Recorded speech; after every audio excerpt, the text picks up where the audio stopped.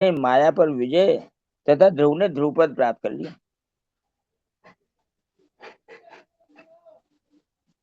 यथा जयति जगति मायाम यस्य कायाधवस्ते वचन रचनमेकं केवलं चाकलय्य ध्रुवपद मपि यातो यत्कृपातो ध्रुवोऽयं सकल कुशल पात्रम ब्रह्मपुत्रम नतास्मि। द्वादश परम भागवतों में श्री शिव जी का, ये भाई जी तीसरा नाम है श्री शिव जी का, श्री शंकर जी। हाँ, तीसरा शंकर जी। द्वादश परम भागवतों में श्री शिव जी का प्रमुख स्थान है। भगवान के स्वभाव और प्रभाव,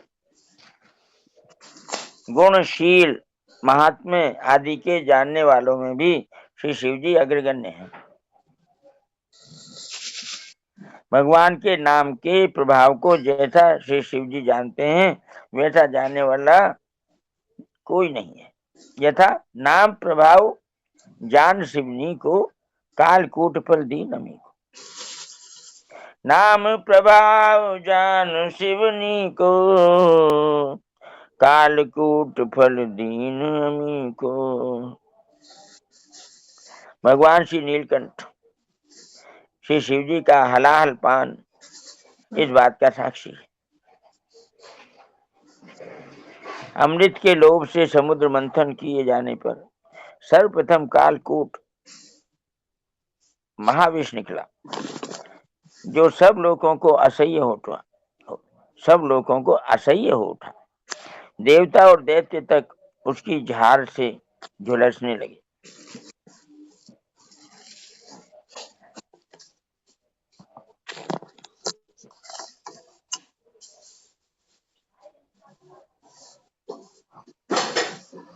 तब भगवान का संकेत पाकर सबके सब मृत्युंजय श्री शिव जी की शरण में गए और जाकर उन्होंने उनकी स्तुति की। करुणा वर्णालय भगवान शंकर इनका दुख देखकर सती जी से बोले, देवी प्रजा एवं प्रजापति महान संकट में पड़े, इनके प्राणों की रक्षा करना हमारा कर्तव्य है। अतः मैं इस विष को पी लूंगा जिससे इन सब का कल्याण हो। भवानी ने इस इच्छा का अनुमोदन किया। जगत जननी जो ठहरी तथा उन्हें विश्वनाथ का प्रभाव भी सर्वथा ज्ञात था, फिर तो श्री शिव जी ने यह कहकर कि श्री राम नामाखिल मंत्र बीजम मम जीवनम च हृदये प्रविष्टम हालाहलम वा प्रलयानलम वा मृत्योर्मुखम वा विशताम कुतो भयम। अर्थात श्री राम नाम समस्त मंत्रों का बीज है, मेरा जीवन है तथा मेरे हृदय में प्रविष्ट होकर स्थित है। फिर तो चाहे हलाहल पान करना हो, चाहे प्रलयानल पान करना हो, चाहे मृत्यु के मुख में ही क्यों न प्रवेश करना हो, भय ही किस बात। हलाल विष भी पान कर लिया और आश्चर्य की बात यह है कि खायो कालकूट भयो अजर अमर तनु। हलाल पान के प्रसंग से श्री शिव जी की निष्ठा तथा जीवों पर दया का भाव प्रकाश में आता है। श्री तुलसीदास जी कहते हैं, जरत सकल सुरवृंद विषम गरल जी पान किया, तेई न भजसी मन मंद को कृपाल शंकर सरिस। रामचरितमानस में प्रसंग आता है। श्री शिव जी स्वयं निरंतर राम नाम जपते रहते। तुम पुनि राम नाम दिन राती सादर जपो अनंग आराती संतत जपत शंभु अविनाशी।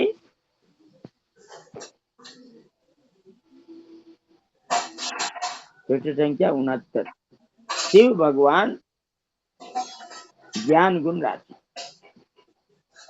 तथा अपनी अत्यंत प्रिय काशीपुरी में मरने वाले प्रत्येक प्राणी को मृत्यु क्षण में श्री राम नाम का उपदेश करके उसे मुक्त कर दिया करते हैं।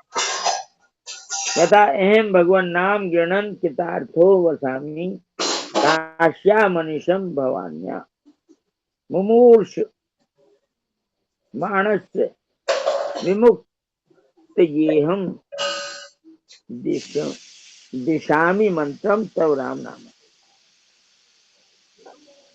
अध्यात्म रामायण में आता है, अर्थात मैं आपके नाम के गुणों से कृतार्थ होकर काशी में भवानी सहित निवास करता हूँ और मरणासन्न प्राणियों की मुक्ति के लिए उनके कान में आपका मंत्र राम नाम का उपदेश करता हूँ।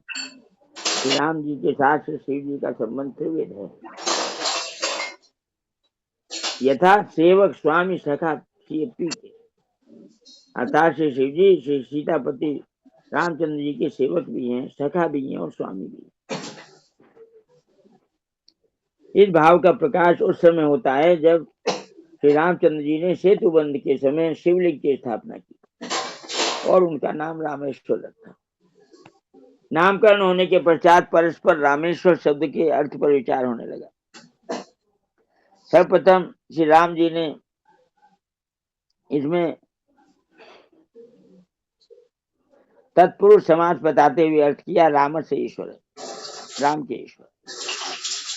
इस पर शिव जी बोले भगवान यहाँ बहुरी समास है, अर्थात इसका अर्थ है रामे ईश्वरो यस्यासौ रामेश्वर है, राम ही ईश्वर हैं जिनके वे रामेश्वर हैं। इस भांति है।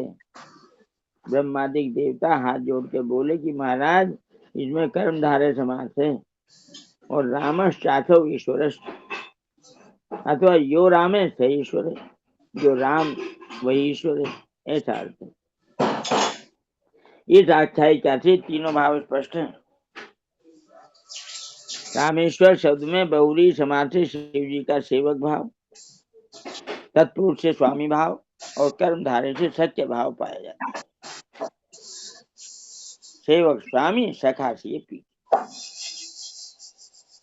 ऐसे अद्भुत भक्त हैं श्री शिव जी। जय हो जय हो। श्री भक्तमाल जी की टीका का श्री प्रियदास जी श्री शिव जी की भगवत भागवत निष्ठा के संबंध में लिखते हैं। भाई जी अब आए प्रियदास जी के छप्पे नहीं छप्पे तथा उनका नाभादास जी इनकी कविता रहे हैं। द्वादश प्रसिद्ध भक्त राज कथा भागवत अति सुखदाई नाना विधि करी गाये हैं। द्वादश प्रसिद्ध भक्त राज कथा भागवत अति सुखदाई नाना विधि करी गाये हैं। शिव जी की बात एक बहुधा न जाने को सुनि रस साने यो भाव उर्झाए हैं। सीता के वियोग राम विकल विपिन देखी शंकर निपुण सती बचन सुनाए हैं। कैसे ये प्रवीण ईश कौतुक नवीन देखो मने हूँ करत अंग वैसे ही बनाए हैं। अर्थ है प्रसिद्ध 12 भक्त राजों की सुख देने वाली कथाएं श्रीमद् भागवत आदि पुराणों में अनेक प्रकार से गाई गई, परंतु शिव जी की एक बात को प्राय लोग नहीं जानते। उस सुंदर कथा को सुनकर हृदय भक्ति रस में मग्न हो जाता है। ऐसे सुंदर भावों में शंकर जी ने अपने मन को उलझा रखा है। सीता के वियोग से वन में श्री रामचंद्र जी को व्याकुल देखकर सती जी ने भाव प्रवीण शंकर जी से कहा, ये कैसे सर्वज्ञ ईश्वर है, यह इनका नवीन कौतुक देखिए कि सीता जी के वियोग में अति दुखी हो रहे हैं। तब शंकर जी ने खूब समझाया कि यह तो प्रभु की नर लीला है, परंतु सती जी की समझ में नहीं आया। मना करने पर भी परीक्षा लेने के लिए उन्होंने सीता जी का सा रूप बनाया।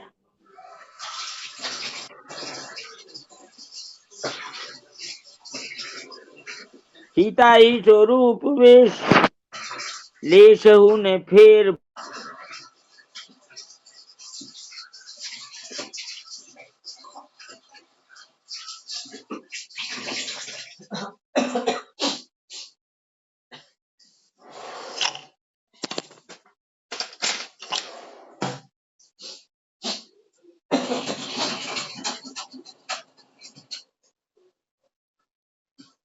नारायण आचार्य जी।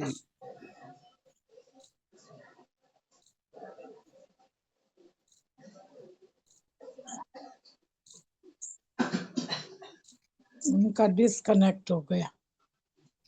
हाँ वो लगता तो सही। देखें 1 मिनट देखें, नहीं तो फोन करता हूँ। हाँ कृष्णा जी आप जुड़े हो क्या? कृष्णा शर्मा जी हाँ भैया। एक बार देखो, देखें आचार्य जी का क्या हुआ। नहीं तो फिर आप वाले फोन से चालू करके दो।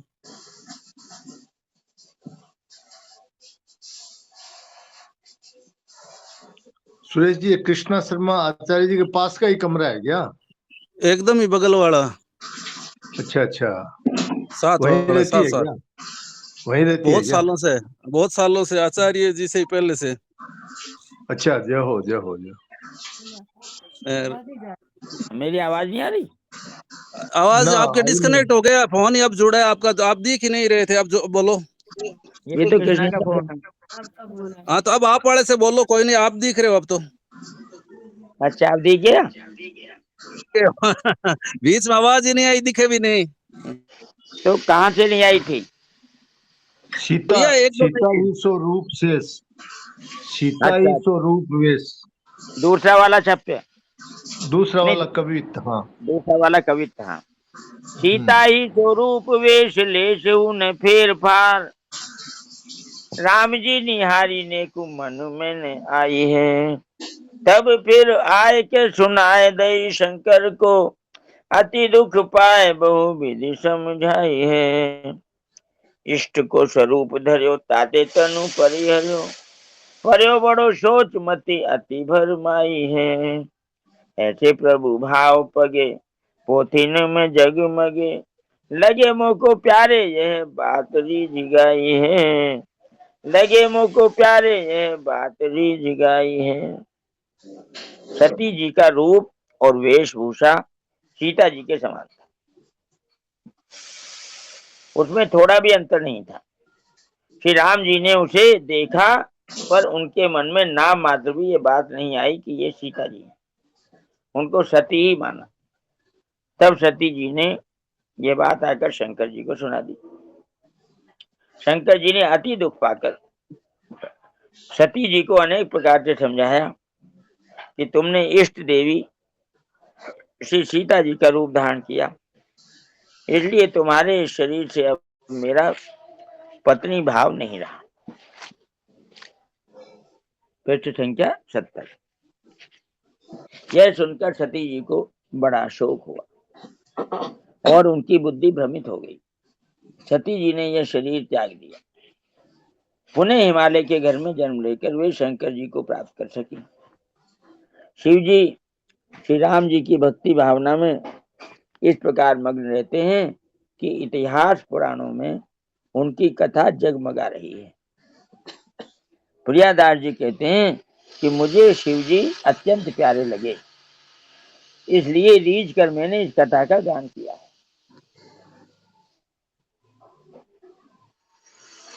तीसरा कवित्व है। चले जात मग उभई फेरे शिव दीठ पर, करे पर नाम ही यह भक्ति लागी प्यारी है। पार्वती पूछे कि ये कौन को, जो कहूँ मोसो दिखत न जन को, तब सो उचारी है। महाराज जी राम राम। हाँ जी, महाराज जी प्रियादास जी कौन है? प्रियादास जी टीकाकार हैं। ठीक है महाराज जी।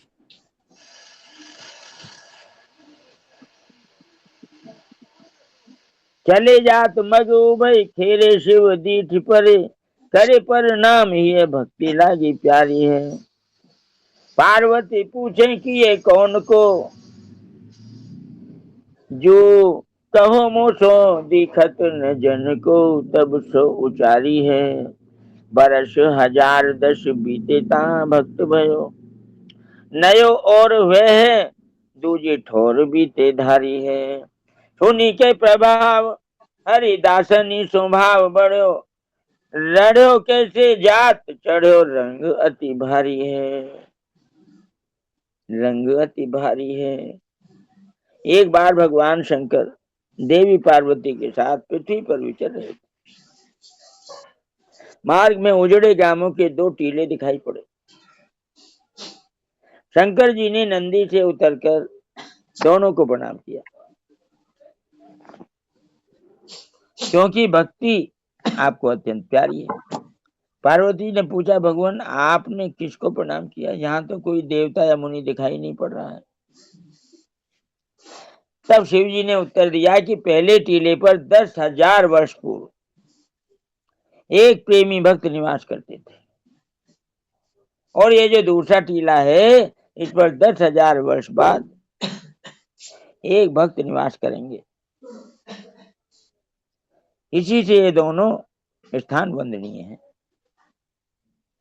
भक्तों का ऐसा प्रताप सुनकर पार्वती जी के हृदय में भक्तों के प्रति अधिक अनुराग बढ़ गया। उसका ऐसा गहरा रंग चढ़ा कि जिसका वर्णन नहीं किया जा सकता है। भाई जी, ये थे शंकर जी। जय हो शंकर बाबा की जय हो। दिन रात राम राम जपते हैं। सती जी की बात भी बता दी, पार्वती जी की बात भी बता दी। संक्षेप में। संक्षेप में चौथे हैं सनकादि। श्री सनकादि जी सनक, सनंदन, सनातन, सनत कुमार और सनत सुजात,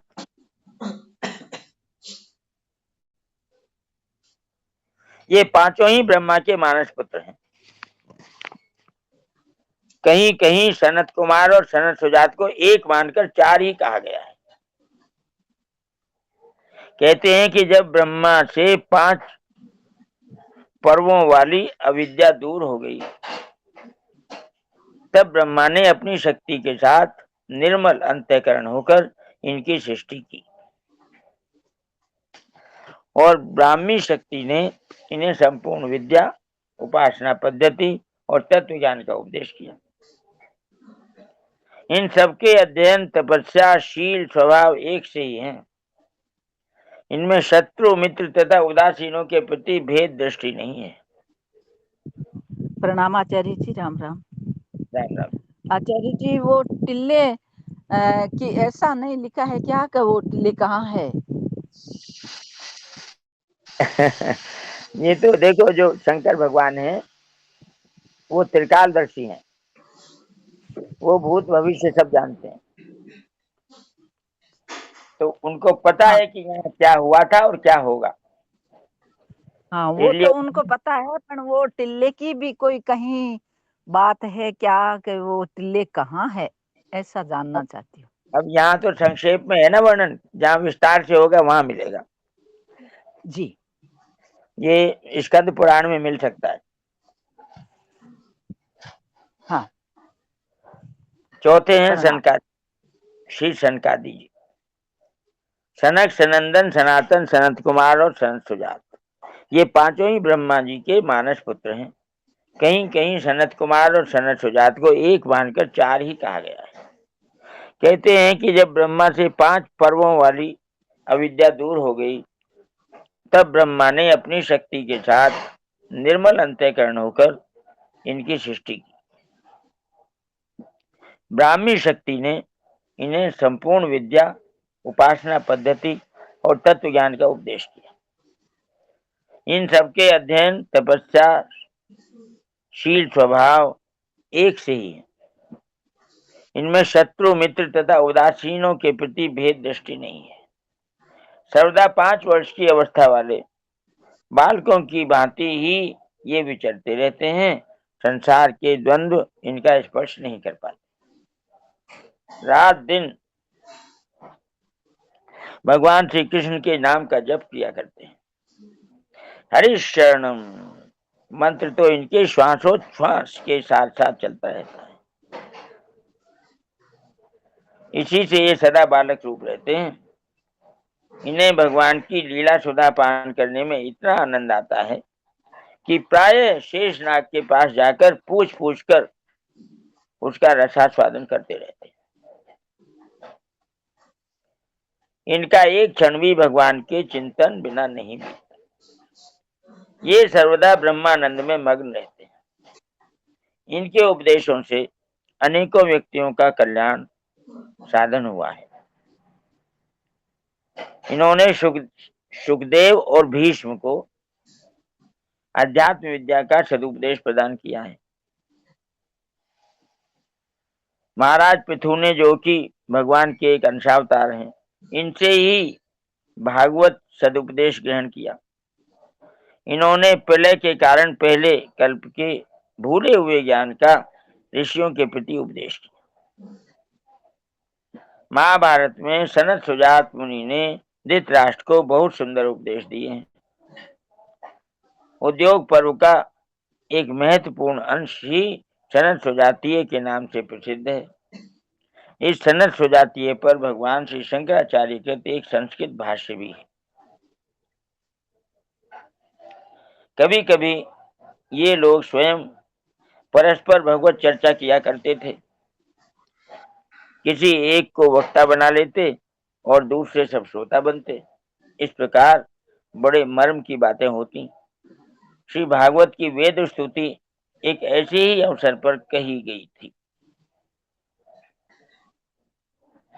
श्री सनंदन जी को प्रवचनकार बनाकर बाकी लोग श्रोता बन गए। इस प्रकार एक बड़े जटिल प्रश्न का उत्तर संसार को मिल गया कि वेदों में भगवान का वर्णन किस प्रकार होता है। भगवान से अतिरिक्त वस्तु का निषेध करते हुए वेद अंत में किस प्रकार भगवान में परिसमाप्त होते हैं। इस उपदेश में इस बात का अत्यंत विशद वर्णन हुआ है। भगवान के भक्तों, जीवन मुक्तों, सिद्ध संतों में संसार के कलुषित विकार, काम, क्रोध आदि होते ही नहीं, न हो सकते। फिर भी कभी कभी संतों के जीवन में भी भगवत इच्छा से लीला रूप में बात देखी जाती। देखने वाले लोग अपने कलुषित हृदय के कारण भ्रमवश महात्माओं की लीलाओं को न समझकर उनमें काम क्रोध की कल्पना कर बैठते हैं। उनकी इन लीलाओं के द्वारा जगत की हानि न होकर लाभ ही होता है। इनके संबंध में भी पुराणों में एक ऐसे ही प्रसंग का वर्णन आता है। एक बार इन लोगों ने वैकुंठ की यात्रा की।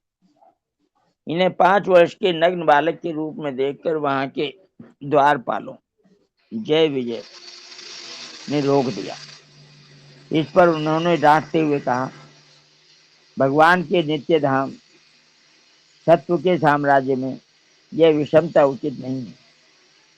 तुम दोनों के मन में कुछ गर्व और कपट अवश्य आ गया, नहीं तो भगवान के सबके लिए खुले हुए सम धाम में भला यह कैसे हो सकता है। तुम हम पर शंका कर रहे हो। इस एक रस धाम में तुम दोनों ने पेट के कारण होने वाले सांसारिक भेदभाव को ध्यान दिया है, इसलिए शीघ्र ही यहाँ से गिर जाओ। यद्यपि संतों में इस प्रकार का आवेश होना असंभव है, फिर भी भगवान की ऐसी इच्छा थी। वे इन्हीं मुनियों को निमित्त बनाकर जगत में आना चाहते थे। कहाँ तो उनका स्थान और दर्शन इन मुनियों के लिए भी अगम्य था, और कहाँ वे बंदर भालू आदि के लिए भी सुलभ हो गए। भगवान गांव के ग्वालों के बीच तक में आए। इन मुनियों को निमित्त बनाकर अपने को सुलभ कर दिया। भगवान ने स्वयं आकर इनकी स्तुति, ब्राह्मणों की महिमा गाई, प्रसन्नता प्रकट की। तब इन्होंने मुक्त स्वर से कहा, हो हमें तो उचित अनुचित कुछ जान नहीं पड़ता। इस अपराध के बदले आपकी जो इच्छा हो वही दंड दे दो, हमें सहज शिरोधार्य है। भगवान ने मुस्कुराते हुए कहा, तुम्हारा कोई दोष नहीं, ये तो मेरी इच्छा थी। मैंने पहले ही सोच रखा था। भगवान की प्रेम भरी गंभीर वाणी सुनकर सब के सब भगवान की प्रदक्षिणा नमस्कार करके आज्ञा पाकर उनके गुण गाते हुए स्वच्छंद विचरण करने लगे। यद्यपि ये संकालिक सब के सब नित्य सिद्ध हैं और निरंतर परमार्थ निष्ठ हैं, तथापि संसार में गुरु शिष्य परंपरा के स्थापन के लिए क्रमशः बड़े भाइयों को छोटों ने गुरु के रूप में माना था। विधिवत उनसे दीक्षा लेकर श्रवण मनन आदि किया था। आज भी वे कहीं गुप्त रूप से विचरण करते होंगे। संभव है कहीं हमारे पास ही हो, परंतु हमारा ऐसा सौभाग्य कहाँ है कि उनके दर्शन से अपना जन्म सफल कर सके। उनकी कृपा ही वांछनीय है। नारायण नारायण नारायण। जय हो जय हो। आचार्य जी कल कौन सा पृष्ठ से शुरू होगा?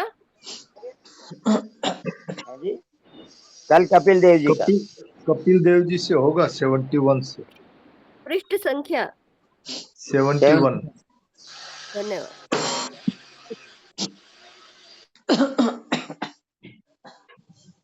हाँ सुरेश जी। हाँ राम राम भाई जी। तो हाँ तो 4-5 मिनट का समय है। तो 4-5 मिनट का समय है, तो अपने सबके प्रिय और आपके पड़ोसी जैसे अब आज जगदीश जी मुंदड़ा से एक पद भजन सुनते हैं, फिर कीर्तन करवाएंगे वो थोड़ा। ठीक है, हाँ ठीक है, बहुत बढ़िया। जगदीश मुंदड़ा जी राम राम। राम राम जी, राम राम। हाँ तो एक सुनाओ पद जगदीश। भजन सुना दो, थोड़ा टाइम है, और बस कीर्तन करवा दो थोड़ा। अच्छा।